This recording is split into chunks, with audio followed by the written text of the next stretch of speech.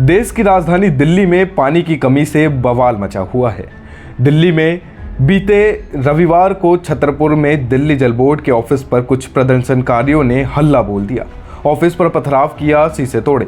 जवाब में दिल्ली सरकार चलाने वाली आम आदमी पार्टी का आरोप है कि ये सब बीजेपी ने कराया है। लेकिन राजनीति को किनारे रखकर देखा जाए तो दिल्ली में जल संकट नया नहीं है और ना ही ये प्रोटेस्ट पहली बार हो रहे हैं। तमाम दावे और वादों के बावजूद हर साल दिल्ली वालों को इस समस्याओं से जूझना पड़ता है। तो आखिर दिल्ली के जल संकट का कारण क्या है? दिल्ली को कितना पानी चाहिए? दिल्ली को पानी कहां से मिलता है और आखिर सरकार क्या कर रही है? इन सवालों के जवाब समझने की कोशिश करते हैं। दिल्ली में लगातार बढ़ते जल संकट के पीछे कई कारण हैं, जिसमें ग्राउंड वाटर का अत्यधिक निकास, वाटर बॉडीज का पॉल्यूशन, प्रवासी आबादी में लगातार वृद्धि, क्लाइमेट चेंज के प्रतिकूल प्रभाव, घटिया वाटर मैनेजमेंट और इंटर स्टेट जल विवाद शामिल हैं।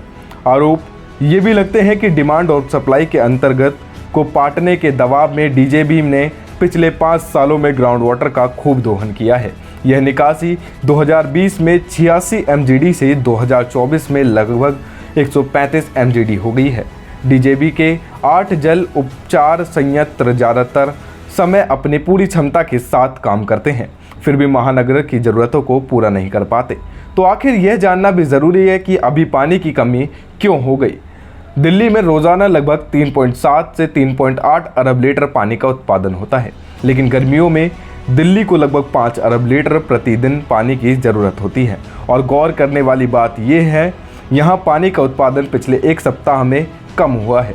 इंडियन एक्सप्रेस की एक रिपोर्ट के अनुसार उत्तर दिल्ली के वजीराबाद में स्थित WTB 12 से 14 मई और फिर 18 मई से 1 जून तक अपनी पूरी क्षमता से काम नहीं कर सका। इस दौरान दिल्ली में अत्यधिक गर्मी थी, जिसने संकट को और बढ़ा दिया। 6 जून को दिल्ली में 3.8 अरब लीटर पानी का उत्पादन हुआ। 7 जून को ये घटकर 3.7 लीटर और 9 जून को और भी घट गया। 12 जून को 3.6 अरब लीटर पानी का उत्पादन हुआ, यानी दिल्ली की ज़रूरत के मुकाबले पानी कम मिल रहा है। दिल्ली पानी के लिए पड़ोसी राज्यों पर किस प्रकार से निर्भर है, यह भी एक महत्वपूर्ण पहलू है। दरअसल दिल्ली अपनी पेयजल मांग के 90% पानी के लिए पड़ोसी राज्य हिमाचल प्रदेश, उत्तराखंड, पंजाब, हरियाणा और उत्तर प्रदेश पर निर्भर है। ज़्यादातर पानी यमुना, रावी, व्यास और गंगा नदियों से आता है।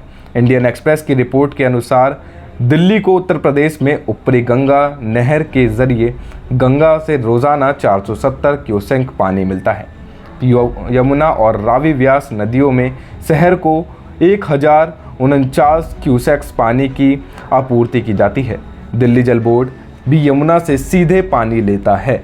दिल्ली की जल आपूर्ति यमुना, ऊपर गंगा नहर, भाखांडा स्टोरेज और ग्राउंड वाटर से होती है। दिल्ली को अपनी कुल ज़रूरत का 41% पानी यमुना, 27% पानी ऊपरी गंगा नहर, 24% पानी भाखड़ा स्टोरेज और 9% ट्यूबवेल वगैरह से मिलता है। दरअसल हिमाचल और दिल्ली में पानी का क्या विवाद है? ये विवाद भी काफ़ी समय से बना आ रहा है। इसके पीछे की क्या कहानी है, इसको भी हम इसी वीडियो में जानते हैं। दिल्ली जल संकट को लेकर 31 मई को दिल्ली सरकार ने सुप्रीम कोर्ट में याचिका डाली। याचिका में बताया गया कि राजधानी में पानी के प्राथमिक स्रोत सोनिया बैराज और भागीरथी बैराज अपनी अधिकतम क्षमता से काम कर रहे हैं, लेकिन उससे हैरक इलाके में अपनी पानी की पूर्ति नहीं हो पा रही है। सरकार ने कोर्ट से अपील किया कि जो एक्स्ट्रा पानी हरियाणा सरकार को हिमाचल प्रदेश से मिलता है, उसे दिल्ली को दिलवा दिया जाए। कोर्ट ने हिमाचल सरकार को एक्स्ट्रा पानी तुरंत दिल्ली के लिए छोड़ने का आदेश दिया और हरियाणा सरकार को भी ये कहा गया कि पानी को दिल्ली तक पहुंचाए। लेकिन हिमाचल सरकार को सुप्रीम कोर्ट ने 137 क्यूसेक्स अतिरिक्त पानी छोड़ने का आदेश दिया था। हिमाचल के CM सुखविंदर सिंह सुक्खी ने 12 जून को पत्रकारों से बातचीत में कहा कि हमने पानी छोड़ दिया है और वकीलों ने कहा कि वे इस बारे में सुप्रीम कोर्ट को सूचित करेंगे।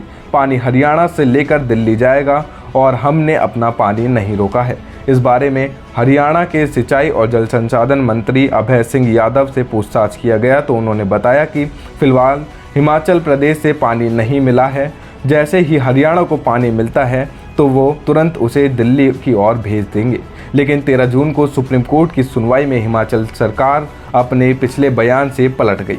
उसने कहा कि उसके पास अतिरिक्त पानी नहीं है, ऐसे में वो दिल्ली को पानी नहीं दे सकते हैं। इसके बाद कोर्ट ने दिल्ली सरकार को जलपूर्ति के लिए ऊपर यमुना रिवर बोर्ड का रुख करने का निर्देशन दिया।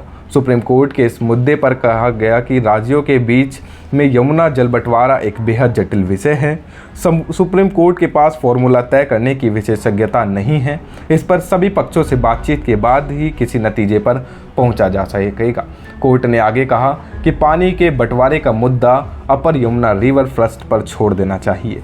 कोर्ट के ऊपर यमुना रिवर ट्रस्ट को निर्देशन दिया कि वो दिल्ली सरकार का आवेदन मिलने के बाद मीटिंग कर जल्दी से जल्दी इस मुद्दे को सुलझाएगा।